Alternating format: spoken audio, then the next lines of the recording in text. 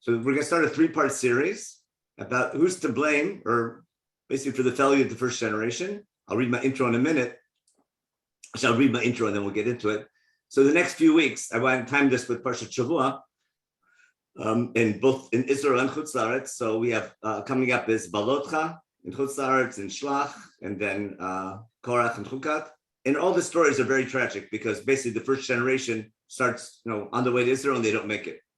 And of course, bottom line, it's a failure. It's a tragedy because they never make it. So we want to understand what went wrong and what we can learn. In other words, is Chumash just a history book to tell us what happened, or does it carry a message for all generations? Of course, we're going to follow the latter. Can you load the source sheet? Is that possible? The source sheet, I actually sent it pretty late, so probably they didn't post it yet. Yeah, I don't know if it got up yet. I apologize. It's my fault. I sent it. Shabbos was over last night, like 10 o'clock California time, which was 2 in.m. LA time. So we didn't get that out. Good morning here. Whatever. We just got it a few minutes ago. We'll try to get it up, but otherwise you just have the truth is, for today, you don't need a source sheet. It's just open the Tanakh. We'll see. Today it's just Psukim. Now, if you look at the title, the failure of the first generation, part 1, it's the prophets' exegesis and psalmist part number 13. You understand why? Because this could have been the next year in the previous series. In fact, that was the plan.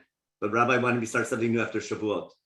So what we're going to do now, we're going to see why the answer to that question is Tehillim 78, a parak that we studied probably when we did something preparation for the Seder a year ago or 2-3 years ago, because we quote it in the Seder. But Tehillim chapter 78 is a critical chapter in understanding Chumash, but it's one of the best examples of how the psalmist is an exeget. Now, I think we did this in our pre-Pesach series. We probably brought this as an example, but we're going to do it from a different angle. So we're going to read just the opening lines of Mizmor Ayin Chet. And before we begin, one last word of introduction. The idea of who to blame when something goes wrong is a theme in Chumash ever since chapter 2 or chapter 3 of Breshit, isn't it? Yes. Because as soon as God makes man, he does something wrong. And who does Adam HaRishon blame his problem on? First, he blames his wife. That becomes a binyan av for all future marriages, and then he blames God. Remember, he says, "What do you want from me, God?" He goes, "She's the one who made me sin, right? And you're the one who made her and gave her to me. So what do you want from me?" And ever since then, that's like the beginning of humankind in the relationship with God, and that's why God says you have to go out of Gan Eden and start over again to understand relationships. Now. We're going to read the first 8 lines of chapter 78. I won't need to explain anymore. Actually, I'm going to go right to verse 8 and then work backwards to show you why this is the title.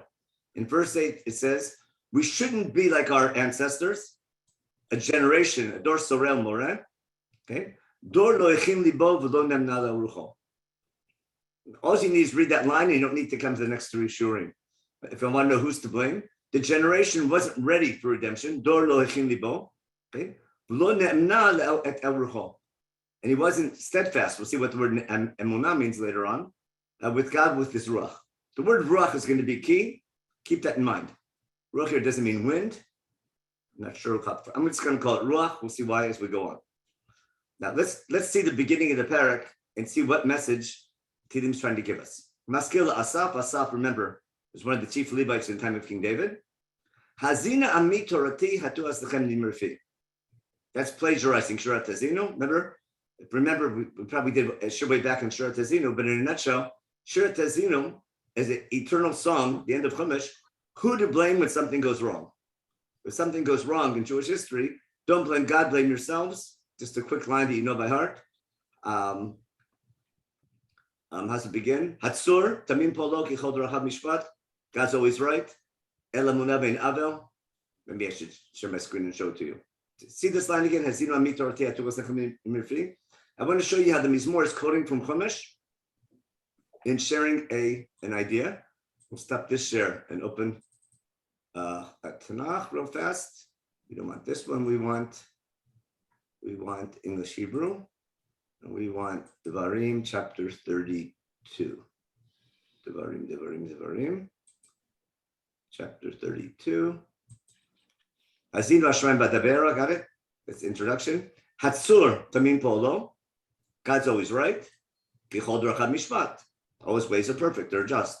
El Emunah. How do they translate that? Faithfulness. Again, I would say a God that you can trust. Vein Avel, no iniquity. Tzadik v'yasharu. God's always right. I shichet lo, question mark.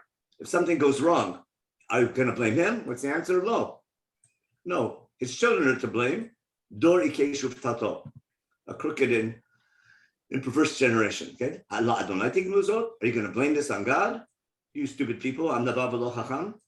God made you. He bought you. He created you.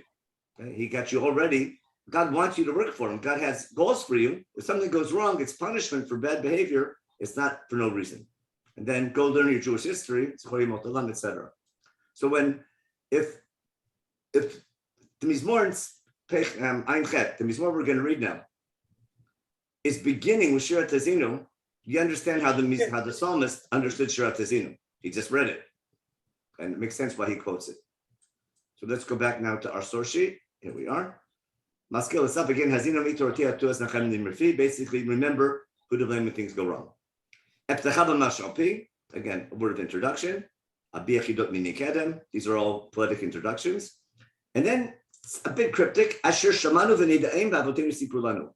going to talk about things that we heard, and we know them, basically stories that we heard that our parents and ancestors told us. Okay. Now, what we heard from our parents, we can't hide this from our children. No, they didn't hide it from their children.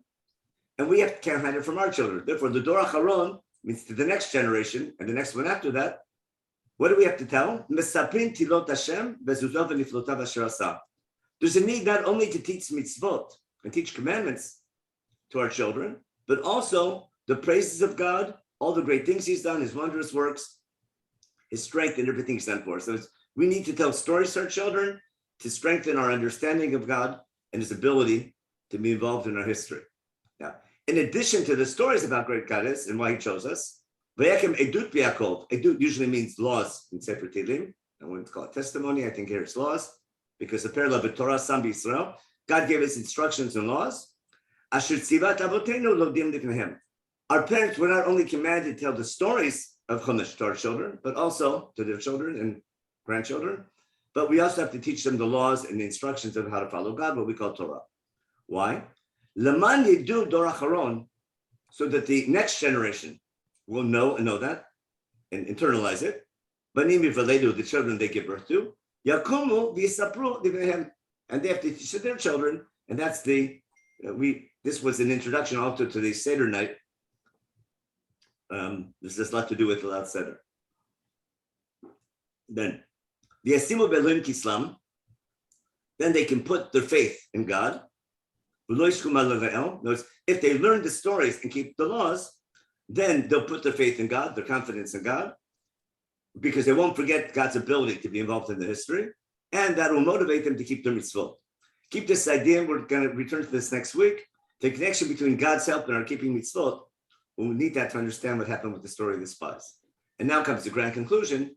We shouldn't be like our ancestors. The take-home message from Chumash is to learn from their mistakes, and why he calls them a Dor Sorel Moreh. That's I guess wordplay from the book of Devarim, where we have the law of a son who's the Ben Sorel Moreh, and now we're talking about parents, or a whole generation that was that went astray and rebellious and stubborn. Okay, and what was the problem? A generation that wasn't ready; its heart wasn't ready for redemption, Hachanat Halev, and wasn't steadfast with the Ruach. Now keep that idea of Ruach in mind. We're going to return to it soon. I'm skipping the next 10 lines of the Mizmor, just for sake of time. I want to get to where the Mizmor is going to go through and talk about how bad we were, how good God was to us, and how bad we were to him. So verses 9 through 17 focus primarily what God did for us. And now it talks about what we did bad. Vainasu el bevavam. They tested God, and the heart means they didn't believe that God would be able to take care of them. Remember Masal Meriva? Amnasotam et Hashem in Parshat, we'll see it later in Parshat B'Shalach. So the people were testing God, not trusting. They were testing him. Asking for food. Okay. The question, is God able to provide for us in the desert? Now, there's two possible stories this could be. It could be the manna story in Parsha B'Shalach, or it could be the manna story in Parsha Balotcha. And we have to figure that out. When they're asking for food, was this good or bad? Because if there's no food, it makes sense to ask for food. Hey, you've already helped me. You're just the most wonderful Chewy company. I have a question, and thank you for working on Sunday. Just about my audio. Okay.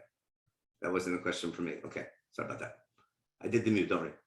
Now, now, by the way, we did this on Shabbat Barken. Then the people, had they been learning Gemara, they would know this. They could make a kal v'chomer. Heini katzur, by Zul v'mayim, if God was able, if Moshe could hit the rock and bring water, and have water flowing like it did from Har Sinai, do you think he can't bring food? Don't you think God's able to provide for his people and give them food and flesh and meat? Therefore God heard and got angry. Remember Vitabar by Moshe Rabbeinu in Parshat Chanan. Vitaber Hashem bi. But that means anger. It's when you're holding something back and then it comes through. That's Vitaber. From avar means something to pass through. Holding back something and then woo. That's like an ubar. When someone's pregnant, it's called litaber, because the baby should go through the channel, but it's being held back until it's ready to give birth. So Vaitaber, when Rashi says by Moshe Rabbeinu, Hitbalei Chemai, he was full of anger. So God was holding back his anger and then gave it to him. And he brought fire against Yaakov, and his anger came to Israel. We'll see in a minute, that's going to be the mitonanim. Remember, there's fire, and God got angry, and we'll see what happens there. Why? It's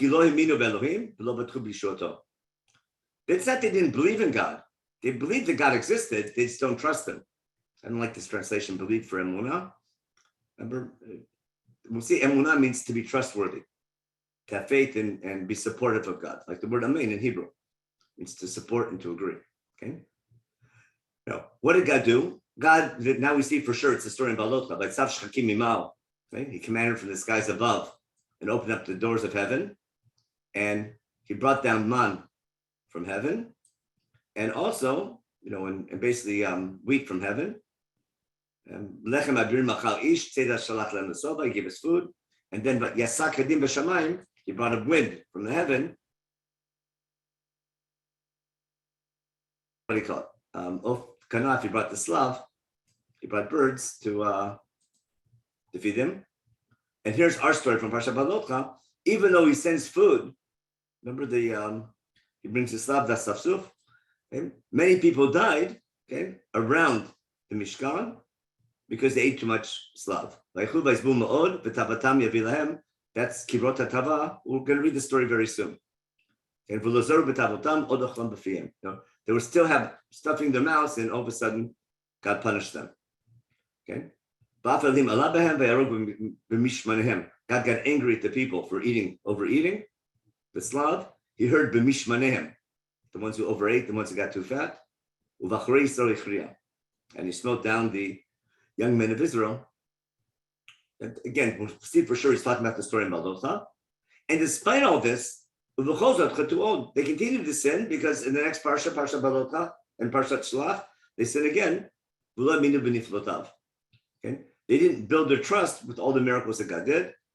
And therefore, that's the door that dies in the desert. But they don't make it to Israel, they just stay in the desert. Okay? And whenever he killed them, they would maybe pray to God, and then they went back and turned their back on God. Okay? So every once in a while, they remember the God saved them, the Elo Yom Go'alam. That's going back to Tirat Azinu, remember? Okay? So they started to pray to him. They said God will be better, and then they lied and didn't follow what they said. And now comes here's the key point to make. V'libam, this is a summary of the whole unit. V'libam lo nachonimo. Okay? Their heart, right, was not ready. Right? Nachon, be ready and prepared. Their heart wasn't ready for redemption. They weren't trustworthy in their covenantal commitment. Right? It's not a question of believing, like philosophically or intellectually, but rather it's acting in a way, being trustworthy and supportive of God. Because they weren't good covenantal partners. Now, if they're so bad, why did God save us? Why didn't just give up? And now, right out of davening, what does the Mizmor quote? And this is a praise of God, not a request. This is a comment by Mizmor. Why is it that God always gives us another chance? And that's why we say this in davening every day. It was just worth the share. I appreciate why we say this so many times in davening. Saying this is why God always is willing to give us another chance, because Hu Rachum, God has midat harachamim. Remember from Shemot chapter 34, God's attributes of mercy. He'll atone sin or cover up sin. Remember, he won't totally destroy his people. In many ways, he's going to hold back his anger. Remember? Instead of charon, he'll be erech hapayim instead of charonav. He won't kindle his entire anger. He'll give us always another chance. Why? Listen here. God remembers their only flesh. Now, who can tell me where's this coming from in Parsha Balotcha? Right? How is this commentary in Balotcha in the story of the Slav? God will remember their only flesh, right? A fleeing spirit or ruach, whatever that is again. Man is simply a fleeing ruach, and he dies and doesn't return. Anyone have an idea? Where do we have this concept of basar and ruach in That's what, doesn't he say that? Moshe says that I need to find someone who is basar and ruach to lead the people. Something like that. Moshe says And it's in one of our prayers. No, but coming Sorry. comes from that. He in which wants prayer do someone- we have basar and ruach? The In our creator of Elohai Neshama Shenatatabi Tohorahi. Keep going. Atavarata, Tayatzarta, Tanafakta Bivata, Hashem Rabbi Kirby, Kozman Shan Shema Kirby Mudani, we won't call Mashim, I don't call them Nishamot. I'm panicking just because I'm in It's front okay, of I don't think it, it's but there. it comes right then after that. It's the 70 elders. The That's Ruach of Moshe goes on to them. It's shared out to them. Yeah, As that's it were. going to be our story in Parshat Balotcha. So people in Israel read this already in Shabbat. You guys will read it next week. But it's the story of the 70 elders, but more than that, we're going to read the story soon. In that story, we're going to have Ruach that's going to bring the Slav and bring the Basar. The people complain about Miachilinu Basar. Moshe says, do I have Basar for all of them? The word Basar is key in that story, and the word Ruach is key in that story. But I want to show you that's a story of leadership, which we'll get to already in the next week. But we have Ruach and Basar. Now, someone mentioned something really neat. There's two other stories later on in Sefer Bamidbar that have Ruach and Basar. We're going to deal with them in detail when we talk about Moshe Rabbeinu. But I'll stop the share here. But this is rather amazing. I'll work backwards. In Sefer Bamidbar, there's a section that really should be in Sefer Devarim. In chapter 27 of Sefer Bamidbar, for some reason, God tells Moshe it's time to die way before the book is over. We're in the wrong book. We want to go to Sefer Bamidbar, not Devarim. Sefer Bamidbar, chapter 27, verse 12. God tells Moshe Rabbeinu, in verse 12, go up to Har Avarim, to Mount Nebo, and see the land, and look at the land, and gather to your people, because you're going to die there because you rebelled against me. Then we'll have a share that later on. And basically, God tells Moshe it's time to die and doesn't tell him who's going to take over. And then we have the famous line by Daber Moshe Hashem Lemor. And Moshe turns to God, asking to appoint the leader before he dies. And how does he appeal to God? Yifkod Hashem Elohei Ruchot L'chol Basar Isha Leida. See that? That's, I think, is the word in English an appellation? Is that the right word in English? An appellation when you describe God a certain way? Mhm. Yeah. So this is as strange, like when we say Elohei Abraham, Elohei Yitzchak, Elohei Yaakov. Why is God called Elohei Ruchot L'chol Basar? It rarely ever happens. But for some reason, when it has to do with leadership, Moshe turns to God, that he demands he appoint someone. Remember, the book's called Chumash HaPkudim. It's not called Numbers. It's not called Chumash HaMisparim. It's not the book of Numbers. It's the book of charges or commands. Okay, God should appoint. Right? And who's God? Elohei Aruchot L'chol Basar. Ish Alayda, someone in charge of the community. Asher Yisei Lifnehem, Asher Yavad Lifnehem. Moshe is looking for a leader. The people shouldn't be like Tzom, Asher En Lem Ro'eh, like shepherds without sheep without a shepherd. You'll see that's going to come up in Ein Chet again. Okay, and God tells Moshe Rabbeinu, Kachet Yeshua bin Nun, Ish, human with flesh, Asher Ruach Bo, B'samachti Edat Alav. Now, what's this Ruach? If you know NCSY, if you know leadership, you know the idea of Ruach and leadership. It's someone with Ruach, is someone who's able to inspire other people. If you know the Rambam in Moreh Nevuchim, he talks about Nevuah. It's about different levels of Nevuah.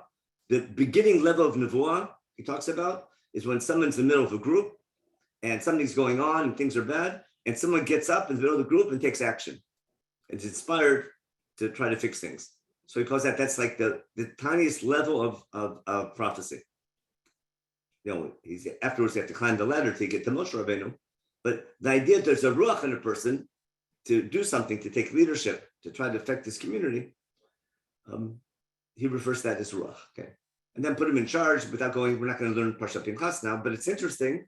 This idea of ruach and basar comes up in relation to leadership, and we had it one time earlier in the story of Korach, in chapter 16, if you remember, when what happened?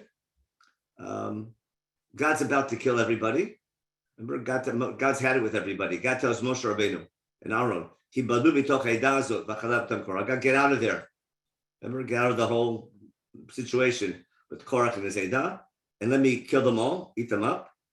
Moshe and Aaron fall on their face and they say, El, Elohei Aruchot L'chol Basar, you're the God, again, the strange appellation of God. So there's no doubt that this phrase, the God of Ruchot L'chol Basar, has a lot to do with leadership. If I'm looking for what's going on with leadership, what's happening, Ruach and Basar are already buzzwords or key words that are going to bring us in a certain direction. So in light of that now, let's close my chumash and go back to our source sheet. Where are we? I'll check the chat in a minute. So again, Vayskor ki basar hema, we're back into the Ein Chet. Ruach olech v'lo yashuv. That ends part one of the Mizmor. And then this we did before Pesach. Look how much they made God bitter in the desert. They annoyed him terribly in their stay in the desert. They continued to test God, again, and give him trouble. And they didn't remember God's great hand, the day that God took him out from their enemies, that how he brought all the, in Egypt, he put all the signs, basically all the miracles, the Totem of Tim. State Tzom is another name for Egypt, okay? And then we go through all the makot. Remember Dam Tzfardea. This was we gave a Shani Shalach Bam Korona Po. I'm sure I did that. Why we quote that at the Seder. Remember, my whole point was the reason that Rabbi Gamliel and Rabbi Akiva and I think Rabbi Gamliel, they're the ones who quote this pasuk. For every makot was 4 makot or 5 makot. They're not just making up a numbers game. They're telling you to look at Tilim Ein Chet to understand what the real message of the Seder is about passing on traditions to your children and learning from their mistakes and to be worthy of a future redemption. Okay, so we're not going to read that part, but it's really cute. After he brings the makot, we're over. We get to the next generation because God led his people like sheep, and he led them like an eder. So the idea of a tzon in Lam Ro'eh. For Moshe Rabbeinu's request for leadership, we have the same theme in Tehillim. If you want to see something really cute, but I shouldn't do this, but I didn't want to sidetrack. But if you look how Mizmor Ein Chet finally ends, remember it's a Mizmor by Asaph, was appointed by King David to be the chief psalmist. He talks about how God left the tribe of Ephraim and picked the tribe of David and picked David to be the leader. And if we go back to Psalm 78, where are we? 78. If you look at the bottom lines, remember it's a very long Mizmor. what happens? Okay. Okay. He picks Shevet. He's angry with Shevet Yosef, with Shevet Ephraim lo Bachar. He picks Shevet Yehuda. He picks up by David Abdo. By Kechil bin Chotzon. He picks David, a shepherd, who was taking care of the sheep. Okay. Lirot biYakov amo. He picked David to be the shepherd, to watch the sheep of his people. By Yir'em, that's what a shepherd does. Okay. Ketom levavo, u'tvidoto kapav yamchem. So David becomes the shepherd who takes care of the sheep. We have the same thing from Shirat Hazino we had, and that we saw before, and from Moshe Rabbeinu asking for leadership. Am Yisrael shouldn't be Ketzon Hashem lo ro'eh. So you see again how the Mizmor. Remember that was the title. We finished psalmists now as exegetes. There's no doubt this Mizmor is a beautiful pirush commentary on Sefer Bamidbar, and who's to blame for how the people. If I go to my title this week, who's to blame for the failure of the first generation? There's no doubt the people were to blame according to Tehillim Ayin Chet, and with lots of support. Now, in light of this, we're going to read Parshat Shavua by Bamidbar chapter 11. It's a rather famous stuff, but I'm sorry, wrong size. I want to make it smaller. Okay, there we go. The first three psukim stand alone, but they're an important introduction. Right before Vayid Sorah, remember the first 10 chapters of Bamidbar, everything's great, we're getting ready to travel. Okay, the people are complaining. Every show rabbi knows, every teacher knows. People starting up, complaining, murmuring, blah, blah, blah, blah. God's not happy. God hears the murmurs. Got it? He gets angry. He brings fire, Hashem, and people start dying at the edge of the camp. God is angry with his people for the murmuring. He doesn't like their attitude, hoping that a little punishment might wake them up a little bit. Moshe, like he's done before, sticks up for the people. Moshe, the people complain to Moshe, hey, how come God's punishing us? Moshe davens to God, and the fire stops. Remember how that happened over and over again? God wanted to destroy the people after Chet Egel. Remember, God tells Moshe Rabbeinu, allow me and let me kindle my anger against them, and I'll eat them up. And Moshe davens, remember, by Moshe Pnei Hashem. Moshe, up until this point, including here, has always prayed on behalf of the people. Now, they named the place, Remember, they call the place Tavera, but it's a fire, because there God's anger was kindled up against them. Then we have the next story. Aleph Gimel sets the stage in a contrast, because now there's a new complaint. Hasafsuf Asher b'kirbon. Now that's going to be the buzzword asaf. See the word asaf there means to collect. The word asaf is coming up over and over again. The rebel rousers, the troublemakers who are in their midst. Notice the English says the mixed multitude. That's not what I said. That's Erev Rav. But the English translation is already taking Midrash Chazal that the Safsuf are not Jews. They're the Erev Rav who came out of Egypt. And that's based on how they understand the word gam coming up. So they had a taiva for a taiva. We'll talk about what that means in a minute. And they cried in front of God. Even Bnei Yisrael cried to God. Okay? They want food. The example I always like when I teach this to yeshiva students, right? They don't like yeshiva food. There's plenty, they're not starving. There's what to eat. They have a taiva for a taiva. Got it? They want to go out to eat. They want pizza. They don't like yeshiva food. And Rabbi Mital always used to say, if the students are complaining about food, that means the shiurim aren't good. It's not the kitchen to blame, the Rabbeim are to blame. Because if guys are learning and serious about learning, they're not going to complain about the food. There's a lot of truth to that. It's if you're really busy and dedicated to something, of course, you need food, but you don't go out, you don't complain about the food. But when you have nothing to do and you're not happy, you complain about the food. Now, so they complain about the food. Okay. And they start complaining the man that God gave them is not good enough for them. They remember it, remember the food back at home, back in Egypt. Their hearts, got it, are in Egypt. They remember the fish in Egypt that we ate in Egypt. The kishuim, whatever they are in English, cucumbers. No, in Hebrew they're squash. Right? Avatechim, that's watermelons. Chatzir, bitzalim, shumim, garlic, and onions. They remember the good old normal food. Okay. Now we just have this lousy manna. Again, what I refer to as yeshiva food. Okay. And then Chumash tells us, hey, the manna wasn't so bad. It could taste whatever you wanted to taste like, and how the people You can make, mana ice cream. You can make mana schnitzel. It's just like soya and tofu. You can make anything you want out of it, even cakes and things like that. And the man would fall, and people would have. Notice the psukim are saying the man was fine, and the people were just complaining to complain. And now the word ta'ava is cute because remember, hitavu ta'ava, that goes back to Gan Eden and the first sin of Eve in Gan Eden. Remember, the apple, the fruit was tavahi leinaim. Again, we're going back to early stories of sin in the beginning of Chumash.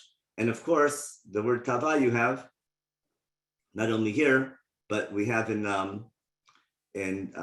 what's the last of the 10 commandments? What's the last of the 10 commandments? Lo tachmod. Lo tachmod, and in Devarim. Oh, titava. Aha, I like that. So I guess that's proof that the commandment in Devarim was another version of the ones they heard the first time around. Okay. So again, this taiva for a taiva is what seemed that both Moshe and God are angry. Now comes the interesting part in Pasuk Yud. Okay. Vayishma Moshe ta'am bochel mishpochatav. Moshe hears the people complaining, all the families are complaining, no one's happy. Ish petach olo. Vayichaf Hashem od. God gets very angry. Got it? Uvenei Moshe ra, and Moshe is not happy. Now, if God's angry, what has happened up until now? Every time God is angry, Moshe has always prayed for the people on their behalf. Now we have a total paradigm shift. What happens? V'yomer Moshe Hashem, lama hari'ota lavadecha. Remember, everyone knows the parallel. Back in the Sefer Shemot, what did Moshe say? In the end of chapter 5, at the end of Parshat Shemot, lama hari'ota la'amazeh. How come the Pharaoh doubled the workload? Moshe says, you didn't tell us it's going to get worse before it gets better. How come you don't keep your promise? Moshe is sticking up on behalf of the people and complaining to God. How come you're being mean to your people? Now Moshe is saying the same words, but why are you being mean to me? After Chet Egel, when Moshe davens to God to forgive them, Moshe says, if I found favor, forgive them, give them another chance. Don't take your Shekhinah away. And now he's saying, I didn't find favor in your eyes, right? Let's do it, to put this burden of this people on me. This is what's called burnout. If you know, Moshe's burnt out from after a year of leading the people. He's had enough. Then he says, remember, did I conceive this nation? Did I give birth to them? Are they my responsibility? That Moshe is saying, why are you telling me that I have to take this nation like a wet nurse takes care of a baby to bring him to land? And then he says, Ma'ayni basar, where am I get? How can I solve the problem? Where are they going to get meat? Okay. They're asking for real meat, and I can't give it to them. How can I solve the problem? And if you think I have to do that, Moshe throws his hands up. And then the famous line, Moshe says, I can't do it anymore. Can't do it myself. And the big line, if that's what you want from me, Moshe says, you know what? Kill me now. If I was motzah chen be'enai, if you really like me, kill me. It's really harsh, isn't it?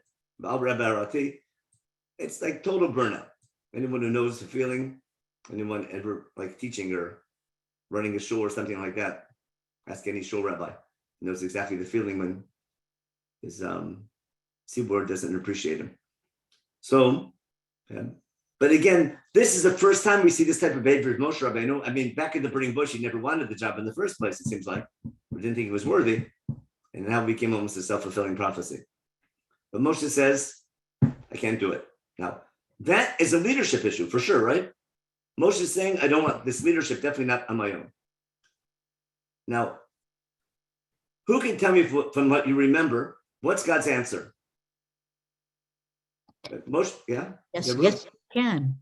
He says, I can't do it. And God says, yes, you can. Oh, no, he says, and if you think you can't do it, okay, I'll give you some help. And how much help is he going to get? Through 70 Zakanim. That's not going to do much, but And where's he going to find them? they're already there. They're the people, the Zakanim are already there. I think these are different ones. Zakanim Patrav. We'll see in a minute. I don't think Moshe made to pick 70 helpers. You have what's called a taksiv. You have a budget now to hire 70 workers. It's not a budgetary thing. This is what he says. V'yomer Hashem el Moshe, Esfa, see the buzzword? Esfa li shivim ish miziknei Yisrael, asher yadata ki hem zignei ha'am v'shotrav. Don't pick people who you want. You pick people who are already leaders of the people. Don't take your appointees. Don't take your cabinet members that you appointed. Take people who you know are already the elders of the people and their officers. Take people who are already natural leaders. It was every shevet, the whole government system in the desert was tribal. There's tribal leaders. Take people who are already in leadership positions in their tribe, who might not be so friendly with you, but pick people who are already leaders. This is what the point I'm trying to make today, is that God said Moshe Rabbeinu, not just you need extra help, and not just to delegate, share your leadership, but pick people who are naturally leaders. Natural leaders from the bottom up. Take people who've already shown leadership skills with their people. People, leaders who the people already identify with and work with them. Bring them to the tent of meeting, and they should stand there with you. And then the nickname, I'm going to speak to you there in front of them, together with them. And here's the big line. What's atzila mean? What they say here in English? I will take from the spirit. Remember this atzilei b'nei Israel who stand at Har Sinai? Emanate. Yes. Emanate. I'm going to take. Remember, Chazal say that fire, like a candle, that's Catholic, NCSY, Shabbaton kind of thing. That a fire, ner achad, ner lemea. There's one fire, a candle. It gives light to other candles, but it still remains lit. When you have ruach, when you have this type of ruach, sharing it with others doesn't take away from you. God's not saying take your ruach and share it with the 70. It says take your ruach and use it to inspire the 70. You follow the difference? It's not saying that Moshe had 70 units of leadership, and you say take 69 of them or 70 and give them to other people, and you're left with less. No, take your ability, your leadership abilities, and use it to inspire others. And that's the idea of ruach. That's the idea of your spirit. Take your ruach and inspire other people. So take the ruach that you have, and I'll put it on them. They'll share with you the burden of the people. Now, a lot of people want to claim that this is the same story in Yitro. Remember? Some parshim say. I think it's very different. Let me explain why. Again, this is camp. Kids are going to camp this week. In camp, especially in Moshe, almost every camp, there's two types of staff. There's what's called Sevet Chinuch and Sevet Hadracha. Right? There's teaching staff who are in charge of teaching, not just Torah. There's teaching, I'm sure there's like teaching, you have ropes class, you have teaching, there's always what's called wood shop. There's like instructional swimming. You teach children how to do things. You give them activities. You need teachers to teach different skills, including Torah classes.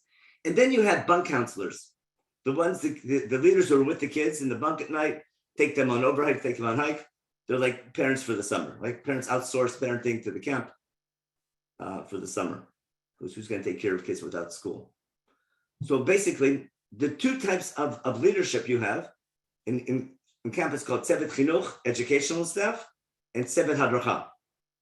Hadracha is counselors, must be a better word for it, Hadracha. But it's a different type of leadership, and not all kids are fit for that. When you're running camp and you have like 20 applications in the summer, because everyone wants to go to camp, especially mixed camp, because that's the best place to meet a shidduch. So everyone wants to be, wants the best jobs. So if you're a madrich, if you're a bunk counselor, that means you have leadership qualities. So when you're picking staff members, you have to say who's going to be in charge of, who's going to be a bunk counselor and who's going to be in the Beit Midrash teaching classes, and who's going to be, cleaning up what's called pluga, who's going to be in charge of cleaning up camp and who's going to be in the kitchen making food and things like that. Everyone has a job to do, but not everyone is fit for leading the people. So God said Moshe Rabbeinu, take people who know already how to lead and share your leadership with them. Now, that solves problem number one. How about problem number two? Tell people get ready. Very similar warning that we had at Har Sinai, remember? get ready for tomorrow. You're going to eat meat. Remember, you complained about food. You doubted whether God can give you food because you like life in Egypt was better. Okay, and God's going to give you basar and you eat. He says, not food for 1 day, not food for 2 days, for 5 days. I'll give you food for more than 20 days, up to a month. A month of food I'll bring you until it comes out of your nostrils. You want it, you can have as much as you want. And it's going to bring you down. Okay. Okay?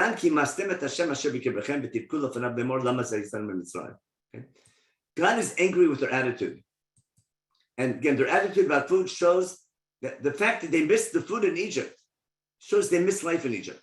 And we're going to get to the key problem in a minute, where when the people left Egypt, they didn't leave Egypt begging God, we want to be God's people. We're going to go back and see what were their complaints before they left Egypt and where are their hearts. Would they rather be in Egypt in their old job serving Pharaoh, but they had a stable life with, without big responsibilities, or did they want to take the responsibility of being God's people? Then Moshe says, how am I going to be able to feed all these people? And then what do you call? No, there's not enough food to feed all them, to give them food. And God tells Moshe Rabbeinu, you think God can't do it? You'll see. Notice, it's really cute. When was the last time God told Moshe Rabbeinu, Atat tireh? You'll see what I'll do to somebody. So it's just something awesome wordplay here. Pharaoh. Yeah. The last time he said, Lama hariota. Let's go back to our Chumash. We need to go to Sefer Shemot, the end of chapter 5. Where's chapter 5 in Shemot? Shemot chapter 5.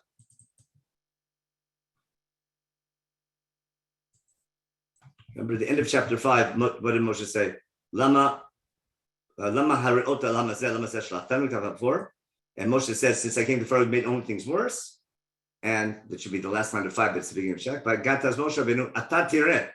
Hashem says, you'll see what I'll do to Pharaoh, because remember, he'll kick you out with the outstretched hand. And now, we have something very similar now in our story here. Where are we? Okay, God tells Moshe, Atat tireh, you'll see that I'll fulfill my word. So Moshe goes out, he tells the people, and the first thing he does, he gathers together the 70 elders. We'll return to the story in a minute. Okay, you see all the similarities like the Har Sinai again? Okay, and speak to him, and then Vayatzav min haruach asher alav vayitenu shivim ish askenim. Okay, and when he gave them, God takes the ruach from them, and they begin to do nevuah. Now, what's nevuah? But nabu, I think, means they speak on behalf of God. A navi is not necessarily someone who receives nevuah, but someone who explains to other people what God will want from them. A navi is God's spokesperson.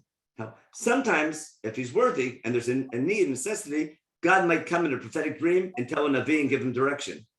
But you can be a navi without receiving nevuah if you're simply trained in understanding what God wants from you. Pretty much like a shul rabbi nowadays. But if people want guidance, what would God want from you? How to serve God properly? So God's spokesperson, that's what the word navi means, speaks on behalf of God. And they begin, giving, it's a type of leadership, religious leadership and guidance. Okay. Now, this is a really strange story. 2 people, okay, in the camp who weren't in the 70, right, were outside, Eldad and Medad, okay, without going to why they didn't come, whatever it is. They didn't go to the tent to be with the other 70. And they started giving nevuah in the camp. And some Nar, we don't know who he is, some tablet tells to Moshe Rabbeinu and tells him, Eldad and Medad, they're giving leadership in the camp. They're outside, they're not part of this group. And they're taking initiative on their own. Yeshua is really angry. Yeshua tells Moshe, you know what? Put him in jail. Okay? And Moshe says, leave him alone. How can you zealous for me? Other people can lead. Me tain, remember? Remember when say me tain? God says, halavai, they should always fear God. Remember when they complain about they don't want to hear directly from God? Me tain, halavai, they should, all the people should want to be leaders and represent God and talk about how to serve God properly. God's ruach should be with them. It was the same ruach of Moshe that goes to the elders, the same idea, God's ruach goes to the Navi. Okay? Now, but what's really interesting, what did Chazal say? Chazal say, what was their nevuah that they were saying? Anyone remember? I should have brought on the source sheet, you can look it up. That Remember, Moshe's going to yeah. die, and Yeshua's going to take over and lead them into the land. Exactly, yeah. God says, Yeshua, but Moshe and Aaron are going to die, and Yeshua is going to lead them into Israel. What are Chazal saying? That in this story is already the beginning of leadership failure of Moshe and Aaron. This story is the beginning of the problem that's going to manifest itself in the end of Sefer Bamidbar, but the writing's on the wall. It's happening, okay? Okay, and then the status part, okay, Moshe gathers now the nation together, right, with the elders, and then the Ruach comes from God, and the same Ruach, the same word Ruach, right, that God took from Moshe and the people, and that God gives to Nevi'im, another Ruach comes now and brings what? Brings these birds, the quail, and it fills the whole camp, basically 2 amas high all around the camp, and the people get up, they eat the whole next day, they gather, remember that sof, remember? The whole mana story, the verb was leket, means to glean, to take a little bit, ish lefi achlo, and now lesof is to hoard. Okay, they hoard this flav. The smallest guy took 10 piles, and they put it everywhere. Basically, it's a big, mamas smorgasbord. They were so excited, all the food. Habasar ben ben shinehem. Anyone know what halacha we learned from here? Just for the fun of it. Where's Rabbi J? This pasuk affects us more than any other pasuk in Chumash. As far as How long we have to wait before between you... milchiks and fleishiks. The Gemara talks about basar ben hashinaim, that food stuck between your teeth is still called basar. They learned it from here. What's interesting, it's not meat. This is birds. It's quail. But the idea is basar doesn't mean only animals from day 6. Any type of meat that you eat in your mouth. Basically, we learn from here that food in your mouth between your teeth is still considered food, as opposed to when it hits your stomach, it's considered already part of your body. Okay. And then God gets angry. Got it? And many people die. And they called the place Kibrot HaTava, Kishem Kavra Ha'am HaMitabim. See the word Tava again? Now, we're going to use this on the flip side. Again, our time's almost up. But if from the people's point of view, I want to explain why the people are so unhappy. Because they ask for food, God gives them food, and what happens? They die. What did God do to Pharaoh? Remember, we're leaving Egypt. Remember, we tell Pharaoh we're going 3 days in the desert to serve our God. We're on our way, then we start going back to Egypt. We don't do what we said. Pharaoh chases us, and what happens? Pharaoh gets washed up, Kriyat Yam Suf. What's it look like? It looks like the people, then, remember, Moshe goes up to the mountain for 40 days and leaves Aaron in charge. Remember that story? Aaron, their leader, who Moshe appointed on behalf of God, tells the people to give me your gold. He makes the egel. The people serve the egel that Aaron made, and what happened? 3,000 get killed, and maybe even more with the Magefa. What's it look like to the people? God just loves killing people. You follow? But I want to understand the people's attitude. That's what I want to end the share with, which we have to continue with next week. What I want to show you, let's do a quick, I have on the source sheet, I have them all summarized. We're just going to do a tour through Tanakh. I'm going to use a better Tanakh now, which is easier to see because it's easy Hebrew. I'm going to use not an English Hebrew one, but where's the Tanakh Melukad? Here we go. I'll take this one. Let's take a look now. From Sefer Shemot, I want to make this smaller. Wait, did I share my screen? No, we're good. Let me do my screen right. Share screen and Tanakh. Here we are. Okay, let's go with the end of chapter 2 in Shemot. The first time we see the people. After Moshe is born and everything, at the very end of chapter 2, right before the burning bush. People are hoping the new king things will be better, but it's only worse. The people are complaining about their hard work. They're not saying we want redemption, we want to be God's people. They don't like the workload. And God hears their cry. They don't even cry to God in Pshat. And Dorim says they cried to God. But they cried out from the hard work. God heard the cry from their oppression. And he remembered the brit of Abraham, Isaac, and Yaakov. And God saw their suffering. The people aren't crying for redemption, they're crying for a lighter workload. Because they don't like working so hard. And that's why in chapter 5, remember, when the workload only doubles after Moshe promises redemption, they get really angry. They accept Moshe as their new leader with his election promises, and he goes against every promise he made when they elected him. And the people are angry. Then in Parsha Ba'era, before the Makot begin, God tells Moshe Rabbeinu, remember Ani Hashem, in the famous lines of L'chein amor b'nei Yisrael Ani Hashem, v'otzeiti v'tzalti v'galti. And we won't do this, but in light of Yechezkel, Moshe tells this to Bnei Yisrael. Remember, v'lo shema Moshe. According to Yechezkel, this was a call to get rid of their Egyptian culture and change their ways. They weren't willing to listen, but they have a good excuse because of the hard work. But God was hoping a bit of readiness before we leave Egypt. Again, next week we'll have to see Yechezkel more in detail. They're not ready. Now, we have the 10 plagues. In chapter 14, listen to their attitude. After witnessing the 10 plagues and everything that happened, and Makat Bechor and everything, what happens? We're leaving Egypt. Remember, Pharaoh takes the bait. Remember, he chases the people. When we don't go to the desert, we go back. Remember, we return. And then Israel. Okay. We're in chapter 14, verse 9. Okay. The Egyptian army with its chariot starts catching them already, and we're encamped by the sea. Paro gets close. Amisol looks up. Oh my gosh, the Egyptian army is about to kill them. They're very scared. They cry out to God. Moshe is God's representative. Listen to their attitude.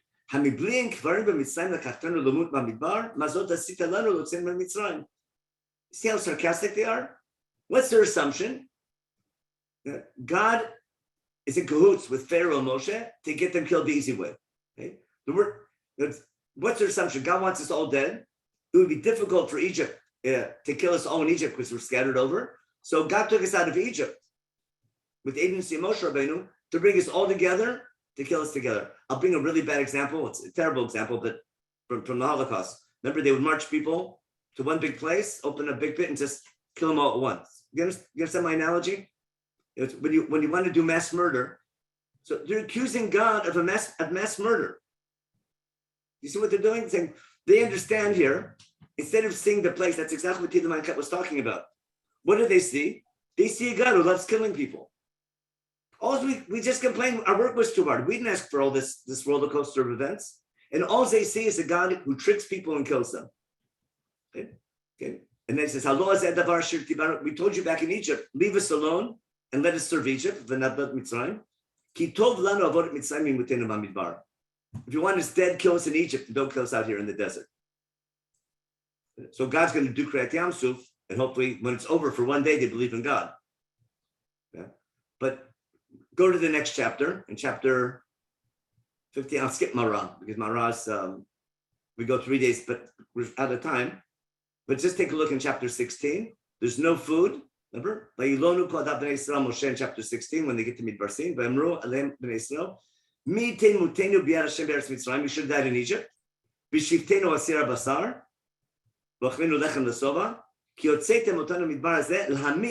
Not to die, but to kill us with famine.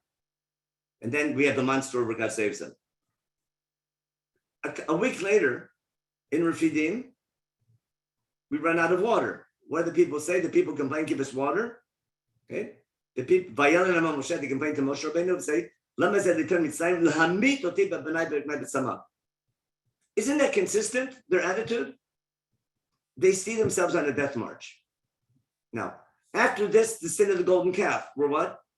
Where Moshe tells them Aaron's in charge. Aaron tells them to make the egel, and the people who serve the egel get killed and punished. Many of them, right? And now listen to our story. They ask for food. God says, do you want food? I'll give you food.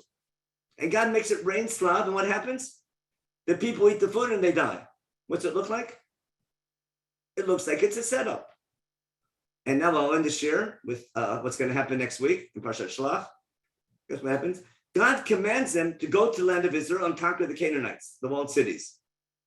What do they think? What's God want? Who's going to do the dirty work? The Canaanites. Got it?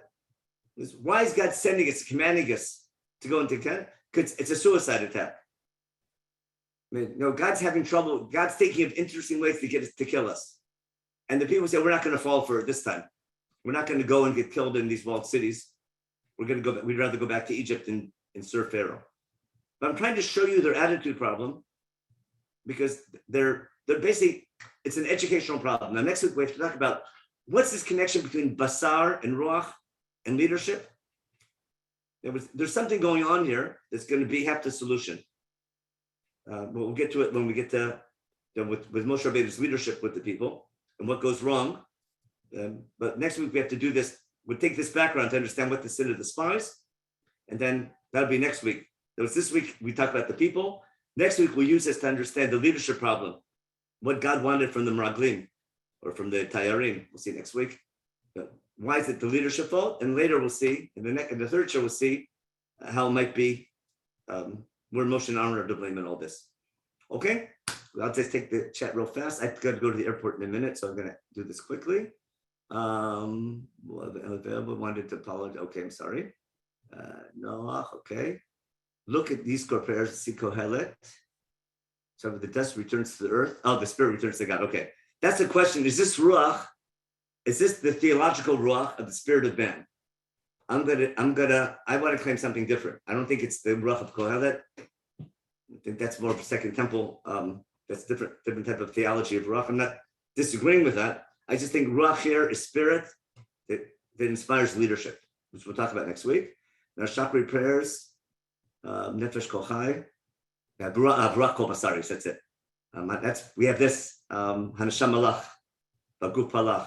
We have that in during Slichot. Okay, we'll talk about that later. That's good. V'lo Yasfu, okay? That was a one-shot deal. Okay, very good. Okay, thank you. And okay, anyway, thanks so much, everybody. I hope I didn't depress you too much, but later we'll try to see what we can learn from here. Somehow, there's something to learn from. But I want you to appreciate the generation coming out of Egypt. On the one hand, you can't miss the perspective. They see themselves on a death march. Okay? And bottom line, that's what happens to them. The generation never makes it. And it's a real tragedy. And then we have to talk about not only, the goal is, we're not trying to have who to blame to know who to blame. We want to find out what went wrong so we can hopefully learn from those mistakes and not do it again. And that's why we saw Tilim Ayin Chet. Okay, Jam, I have to leave because I got to go to the airport. That's fine. Yeah. Go off to the airport. Okay, everybody. Actually, I was just trying to put in the chat box for those who are here. You want to make it easier. Yeah, you want to register for Lori Novak's series beginning Tuesday. It's at 1:30 p.m. 8:30 in Israel. So that's reading the Talmud with Levinas. So that's this Tuesday. That's our new series. And as I mentioned at the beginning, Tova Ganzel will start her series next week, and then we have all the regular classes: Marty Lection and Daniel Lasker and Shuli Mishkin and the Siddur and Parsha, all the regular classes this week, except for Mark Shapiro is not on this week. He'll be back next week. And okay, we look forward to learning with you. And as always, please invite a friend. And always willing to hear your comments. And I know I always get into trouble when I ask people, should this class be this time or that time? So whatever, we'll in the meantime, Baruch Hashem, we'll see you next week, hopefully at 11:15. And thank you very much. All the best. Okay, be well. Shavua Tov.